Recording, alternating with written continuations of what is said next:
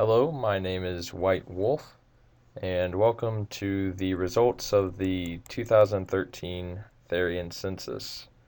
This year I decided I would try something a little bit different and actually narrate my analysis and results. So it's completely off script. Hopefully, this doesn't take too many tries, but I apologize if I ramble a little bit. Um, Hopefully, you get something out of this and that you enjoy it. Anyways, here we have the cover image I chose for this year's census. There's no real rhyme or reason why I decided to put a picture of elk up there. Um, I guess I was just kind of in an autumn mood. Last year I selected a picture of a tiger. So here's a shout out to any of the ungulate species out there. All right, here we basically just have an introduction to the census. Basically, the gist of this is that my real hope and goal for all of this is that this will um, encourage others to take up research into the Therian community and just Therianthropy in general. Um, Obviously, it's a field that has been little studied from a scientific perspective, and I think it's really exciting that we're just sort of at this point where a lot more researchers are becoming interested in conducting studies of their own. So, anyways, that's just the goal that we would learn a little bit more about ourselves and also that others would be encouraged to do the same. All right, and this is just a little bit about me. I'm not going to read the whole thing, obviously, that would be a little conceited. But basically, I'm a third year medical student, a Wolf Therian, and I've always been interested in research. That's kind of what got me into this. Um, I'm from North Florida, and if you're really interested in more about me, feel free to read this or to contact me on the where list. I'm on there quite frequently. All right. So, general overview of this year's census. We had 291 responses, which was absolutely awesome compared to last year.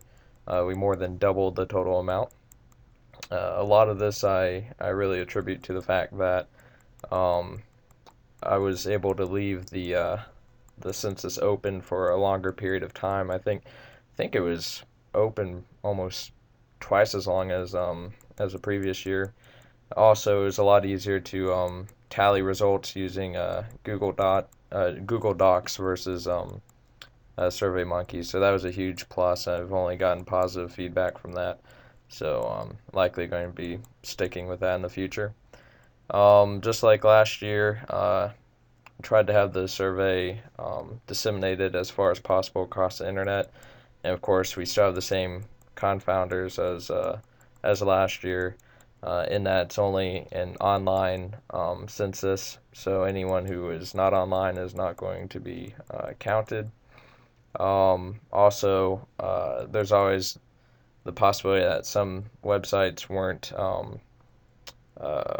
involved, and of course, it's an uh, English only census, so that definitely may make it more difficult for Therians located in non-English speaking countries or regions.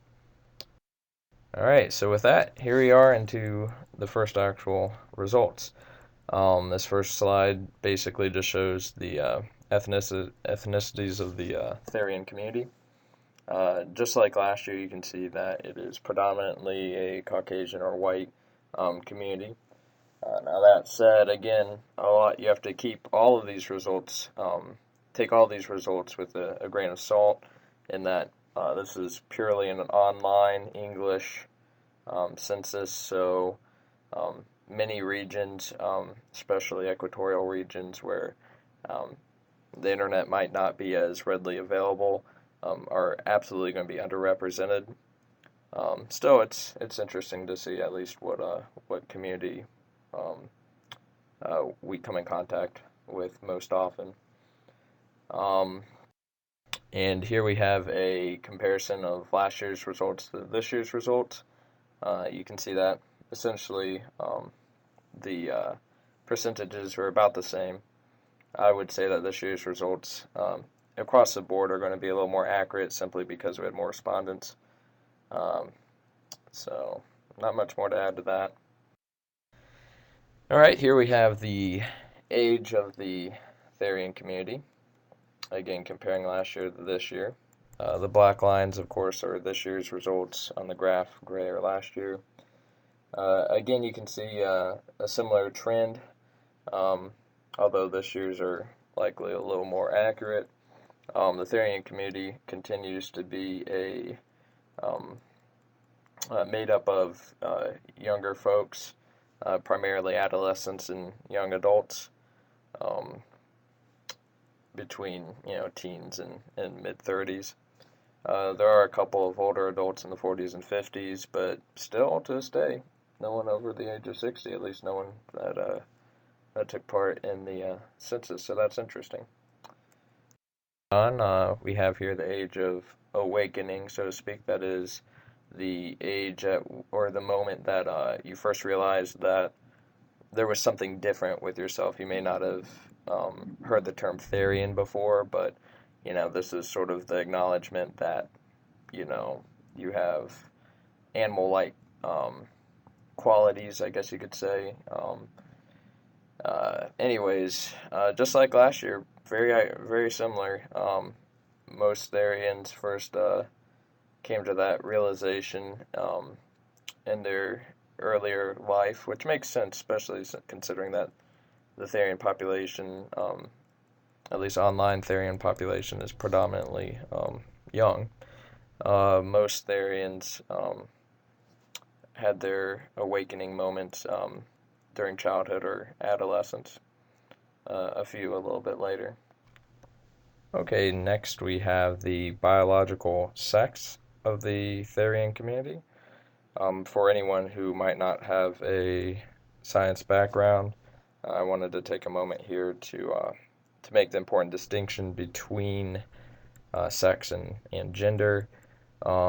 When I am referring to sex, I am specifically talking about your human biologic sex. So, in other words, the sex that you were born with. Now, of course, there are not necessarily just two sexes. You obviously have male, female. You can also have varying degrees of androgynous or intersex states at birth.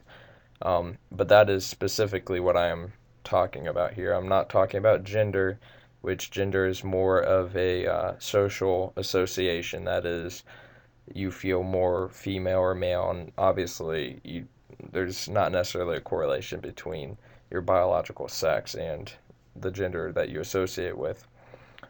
Anyways, so this slide is again talking about your human biologic sex, i.e., the sex you're born with, or perhaps the sex that you were physically changed into.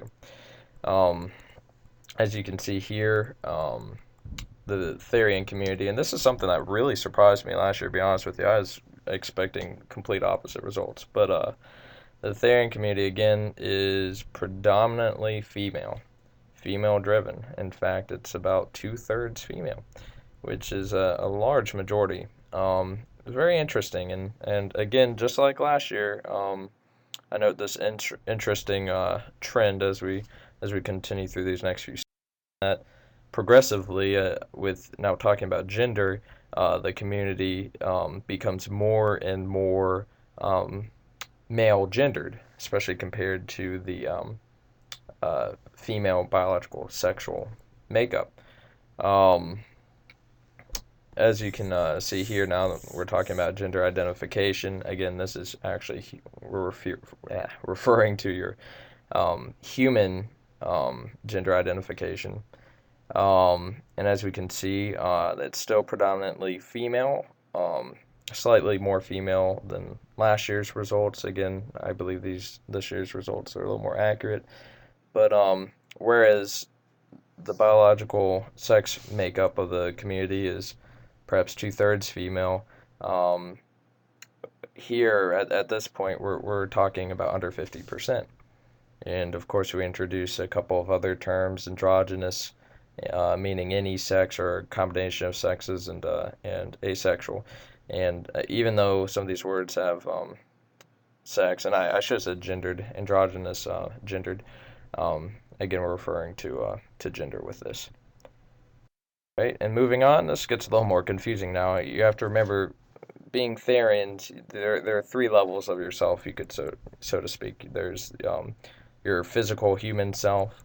There's your human aspects of your personality. I guess you could say that'd be your human gender, and then of course, you have more of a animalistic association. So on this slide, we're talking specifically about your the gender of your stereotype. So that's more of your animalistic aspects of your who you are.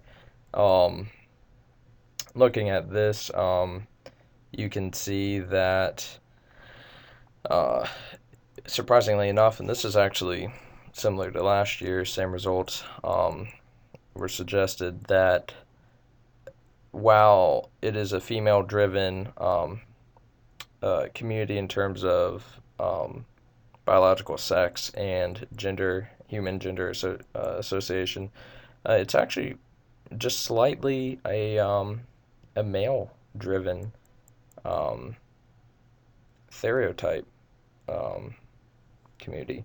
It's very interesting. Not really sure, of course, you can't draw any conclusions about why this might be, but nevertheless, it's a very interesting result and similar to the results we had last year. You can see that approximately just over 35% are male, right about 35% associate with their stereotype with a female gender. Okay, moving on now, we enter a slightly different category, so to speak. This one strikes very close to my heart, being a geography major during my undergraduate studies. And this is the geographic distribution of Therians. Again, remember this is only an online census, so the reality of this may be a little bit different. Here we just simply see a count of all the Therians and the countries in which they were born. And then this may be a little confusing, but this is actually essentially a population density count. Um, Now, when I say, looking at Slovenia, which happens to be the most densely populated Therian country, uh, no particular reason, obviously.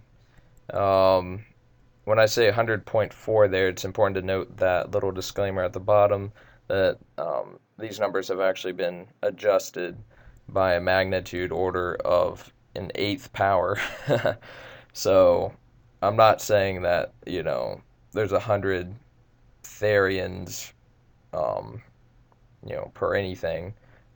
Essentially, what this is saying is that um, um, per the total population of the country, raised to an eighth power. That's essentially what that. Slovenia happens to be the most densely Therian populated country per total population, followed by United States, Sweden, the UK, um, Canada, and so on. Uh,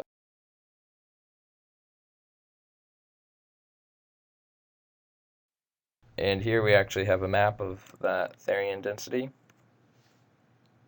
Um, Again, you can see primarily in the northern and southern latitudes, not much in the equatorial regions. Again, which may be attributed to access to the internet and the ability to take that survey. Okay, moving on here. Since most of the respondents to the survey, of course, live in the United States, I always like to break down the geography a little bit further, just focusing specifically on Therians living in the United States of America. Here we have the count of all the birthplaces of American Therians. You see California and Florida are the two most populous states. And then again, similar to the countries, we have the Therian density raised again to a magnitude of 8. And here we have a similar density map. Notice Montana and Arkansas happen to be the most two densely populated Therian states, likely due to the smaller populations those states have. Really, I was mostly interested to see if there's any sort of geographic distribution across the country, and as you can see, there pretty much is none. So there does not seem to be any geographical factors into therianthropy, at least in the United States. Okay, now similar to the other slides, this is actually looking at where the respondents to the census actually currently live. So this is a pure count. Once again, the United States is the most populous country. And that image down there is actually taken of a volcanic peak in Russia, in case you're interested. And once again, we have Therian density of residents. Slovenia, again, happens to be the most densely populated country when it comes to Therians in this survey. And again, the map, very similar to the last map. Really not much else to add there. And again, we have the count for current states of residence for American Therians. Slightly different than birthplace. And let's write that a little bit further on. Therian density. Again, very similar. And here's our map. Again, these are for current residents. So this is a current distribution of distribution density, I should say, of where Therians are living in the United States. Again, Arkansas happens to be the most densely populated state for whatever reason. You also note that the West happens to be a little more, especially the mountain states of the West happen to be a little more densely populated. Now this is a map I take a lot of pride in. It's kind of an interesting idea I had, and that was to compare the birthplaces of Therians in the United States to their current residences. I was mostly interested to see if there was any sort of migration. Do Therians prefer to live in colder climates or warmer climates, or do they happen to move to, east or west or whatever? As you can see, it's kind of hard to honestly delineate an actual pattern based on the geographic distribution. The hotter colors obviously indicate states where more Therians have moved into. The colder colors represent states they left, including my home state of Florida. So apparently a lot of Florida, for whatever reason, is not very conducive to Therians residing here. No, I'm just kidding. The actual reason, there's more of a logical reason why New York, Florida, Texas, California, Illinois, all those states happen to be blue, and that most logically is because those are more densely populated states. It just makes sense that you're going to have more people leaving densely populated states for more rural states, and that's essentially what you see here. All right, and now we move into what I know you're most interested in, and that is the actual species breakdown and aspects of the Therian community. To start things off, we have an actual count of all the different species, at least all the species that I was able to list within the space provided.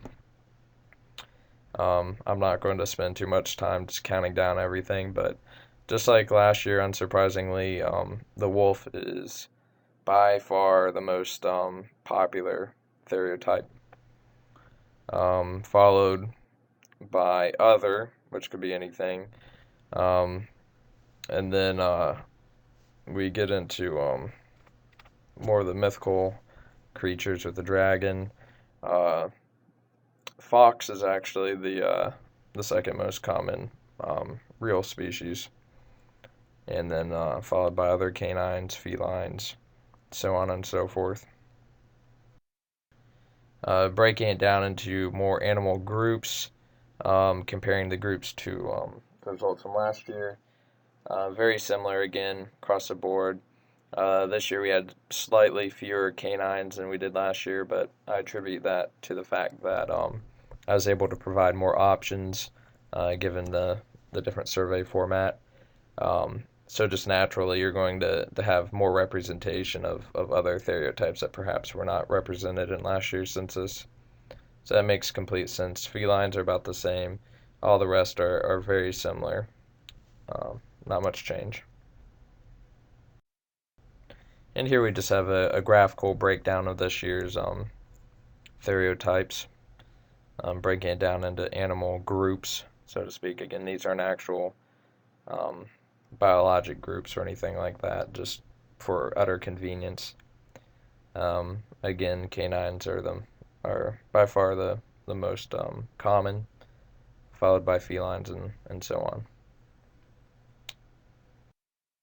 All right, and this is a really interesting slide that I've been looking forward to.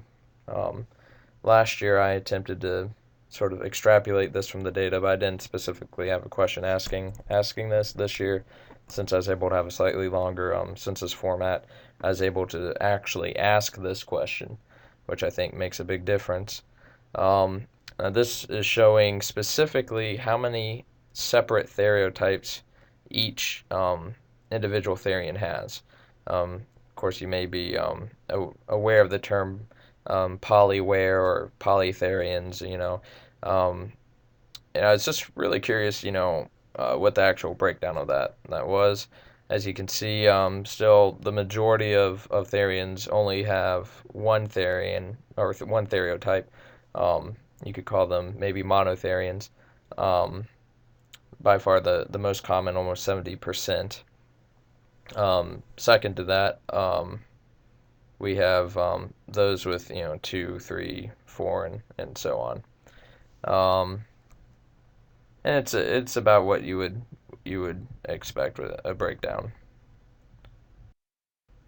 Okay, and now we move on to the favorite animals of Therians, and the real interest in this stems, of course, to the relation of is there a correlation between favorite animals and stereotypes. And a little bit later on in following slides, I analyze that question a little bit more. Just looking at the sheer count again, you can see that the wolf is the most popular, followed by dog, cat, fox, and so on.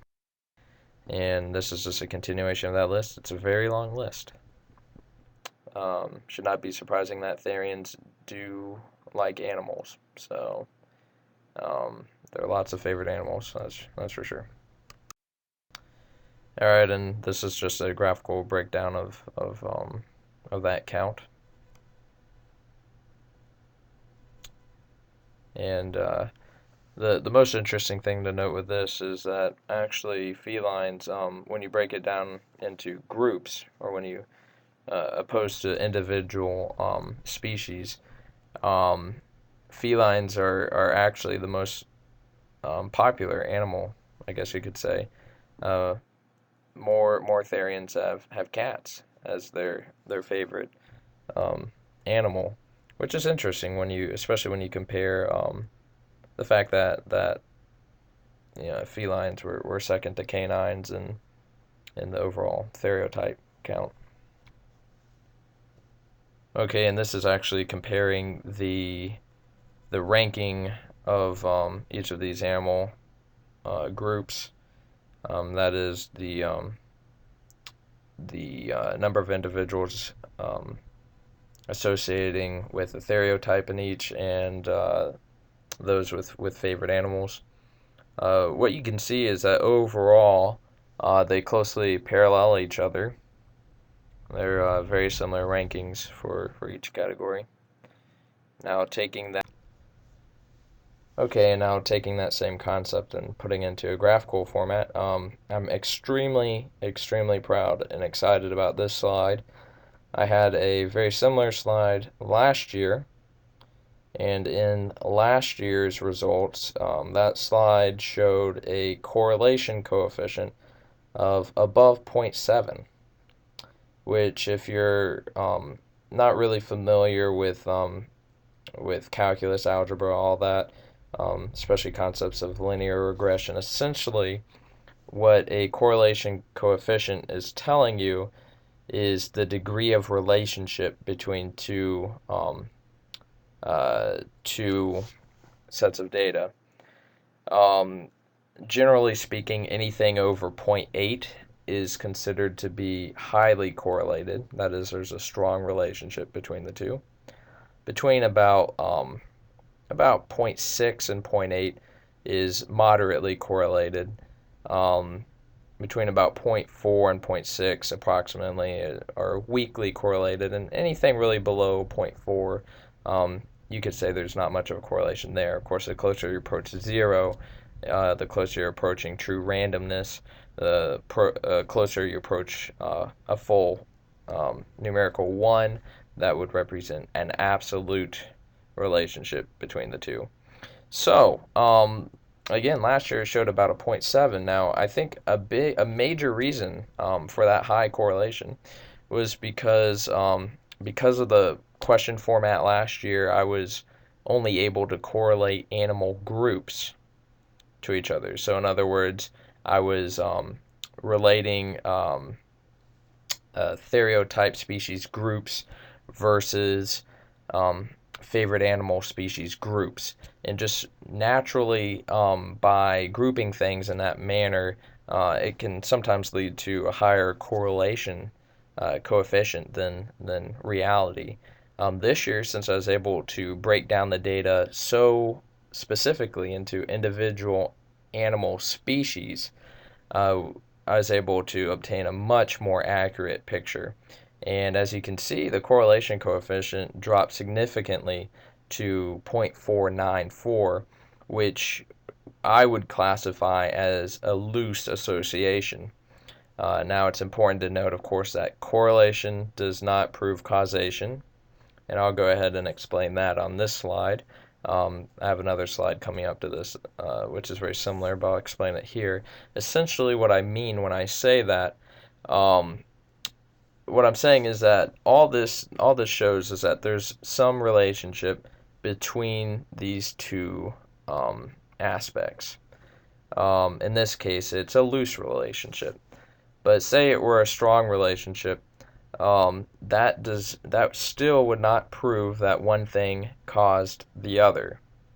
A classic example of that are ice cream sales and murder rates. It turns out that there is a very strong correlation between the number of ice cream sales in a city and the murder rate. And the reason for this is not because purchasing ice cream leads to more murders, or that murderers are out purchasing ice cream after their kills or anything like that. It's simply because actually both go up dramatically during the warmer months. So there happens to be a correlation between the two because more people are buying ice cream when it's hot outside. And likewise, more people are killed for whatever reason when it's hot outside. So it's important to keep that in mind when we're talking about things like correlation and relationships. It does not prove causation in any manner. Getting back to this slide specifically, it absolutely does not. It's a much looser association than it was last year, which I was personally a bit surprised about. I expected to have similar results.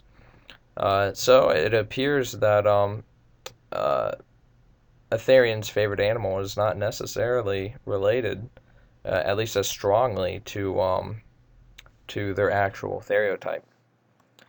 That was a lot to say very little.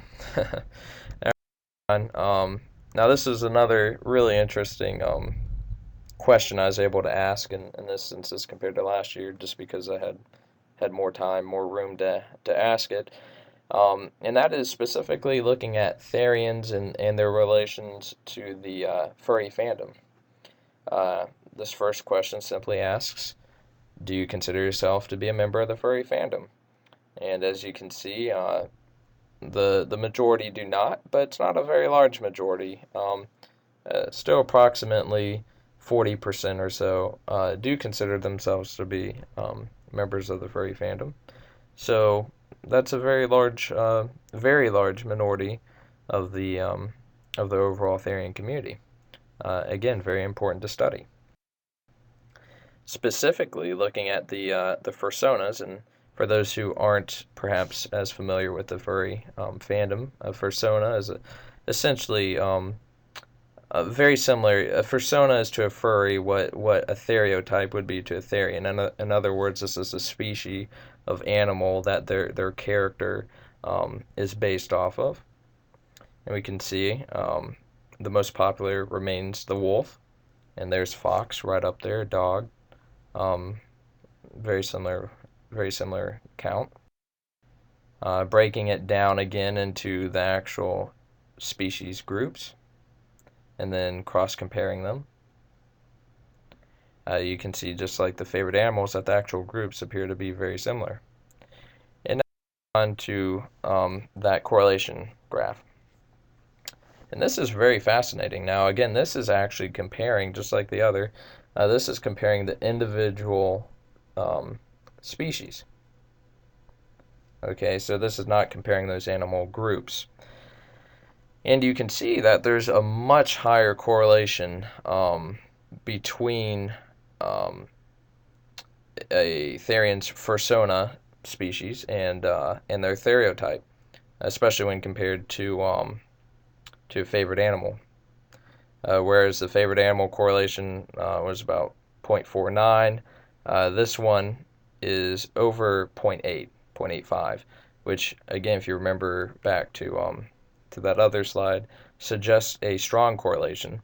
And in fact, when you just look at the data points themselves, you can see how closely they come to that linear regression line right there. So again, that does not prove anything about causation, but it shows that there is a very strong correlation. And of course, there could be many reasons for this. You know, perhaps folks who have a certain stereotype, you know, having a fursona may allow them to express that stereotype in a more public way than otherwise might be possible. Who knows? There may not be any real reason for it, but nevertheless, it's a very interesting correlation, interesting observation to make. Okay, the next couple slides deal more with actual Therian experiences, that is shifting.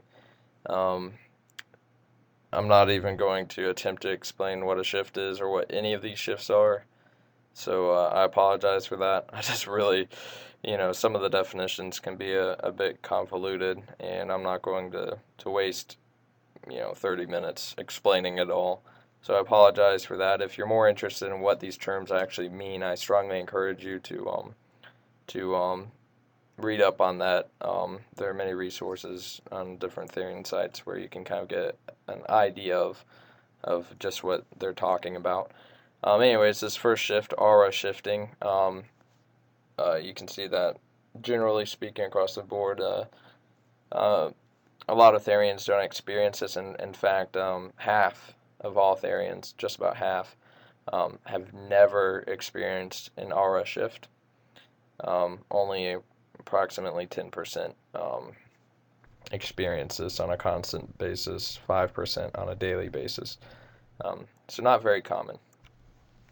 Okay, next we have cameo shifting. Again, you can see not very common. Very similar results to last year.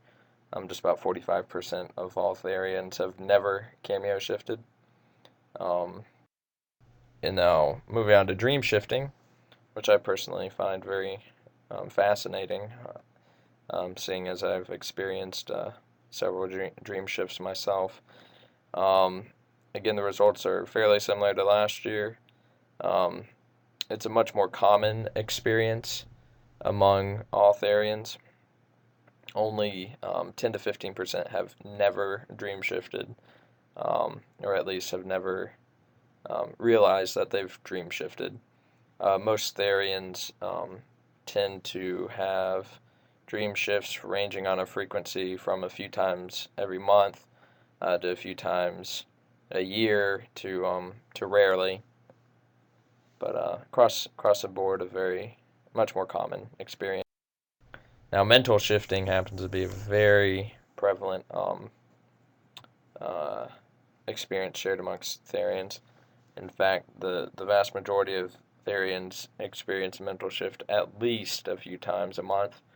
Um, Smaller proportions experience it a few times a year, rarely. And then phantom shifting. Now, this phantom shifting is essentially a similar experience to those who have lost limbs. If you've ever heard the term a phantom limb, that is feeling a body part that is not necessarily there. Um, Most of these, of course, would never have been there. And you can see again, this is a much more common experience amongst Therians. Most Therians experience this at least a couple times a month. And breaking down the actual phantom shifting experiences, this is just showing essentially what body parts are experienced by Therians who have phantom shifts. You can see it's a um,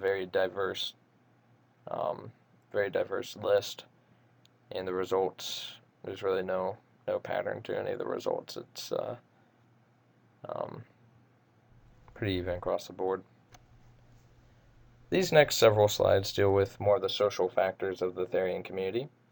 This first one is a question that I was really excited about asking this year, and that is specifically, what is your personal view of therianthropy? That is, do you believe that is more of a religious or spiritual experience? Do you believe it is more of a psychological or scientific experience? Or do you believe that is something else entirely? And as you can see, that there's a very large diversity in viewpoints of just what it is. Um, there's no unified definition, so to speak, of um, what the cause of therianthropy is, or even just what the experience is to the majority of folks.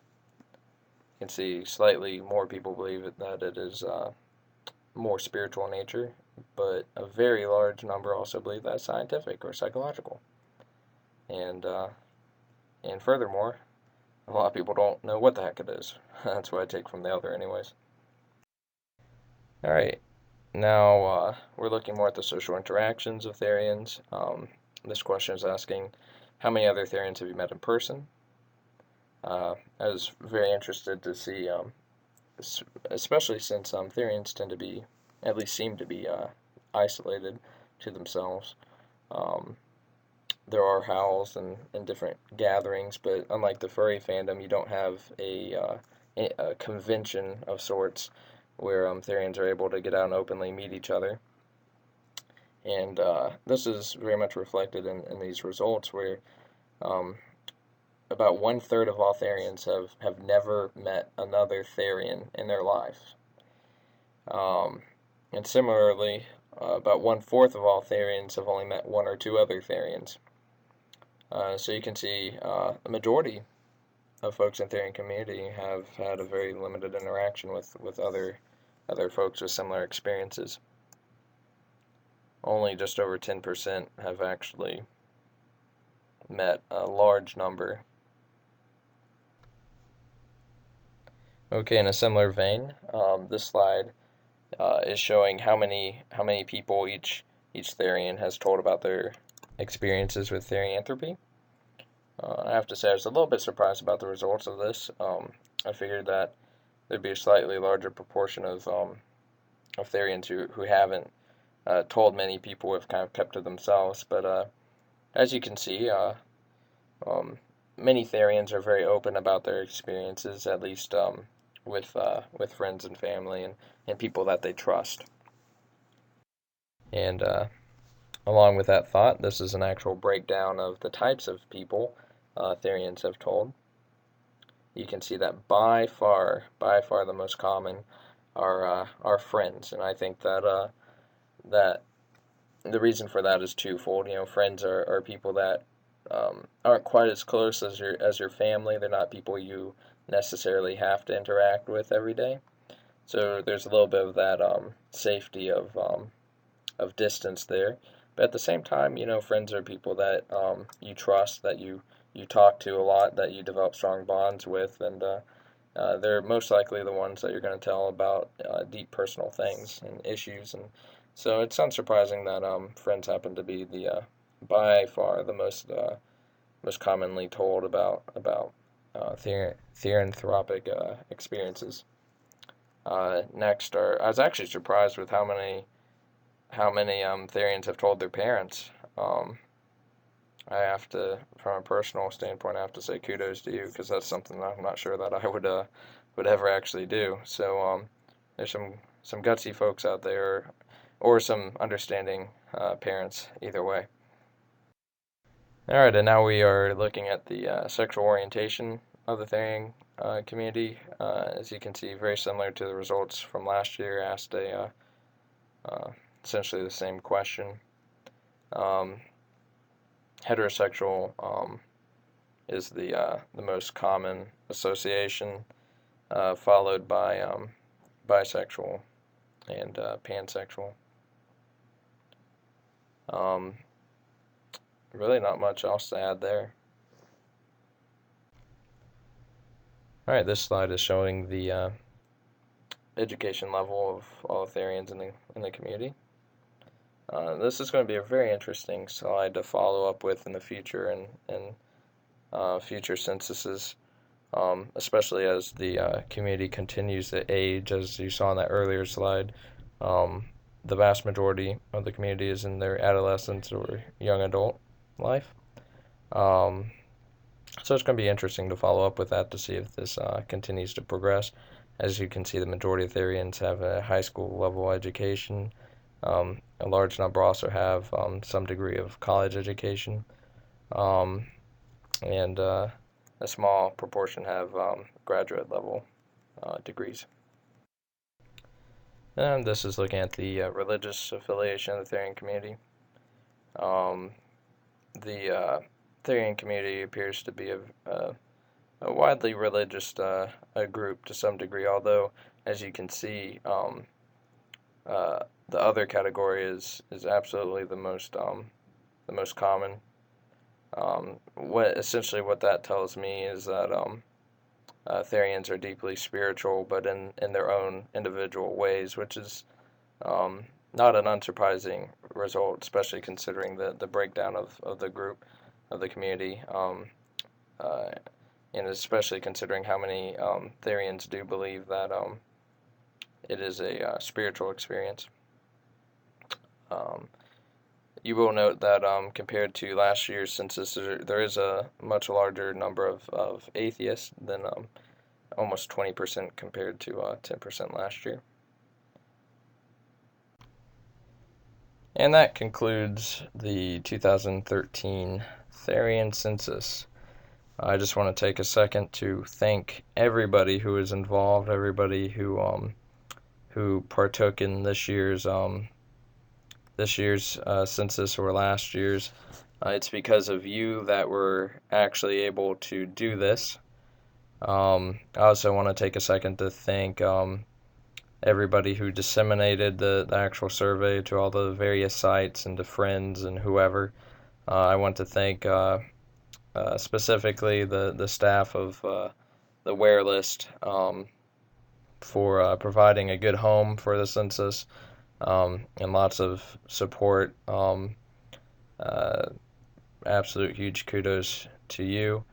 And to everybody who watched this, I want to thank you for spending about 45 minutes of your time with me. I hope it is worth it and that it just simply wasn't me rambling on and on and on. Anyways, until the next time, my current plan right now is to do a census every 2 years instead of every year. So the next census should be in the year 2015, and really looking forward to it. Anyways, thank you very much, and I hope you enjoyed it, and until the next time.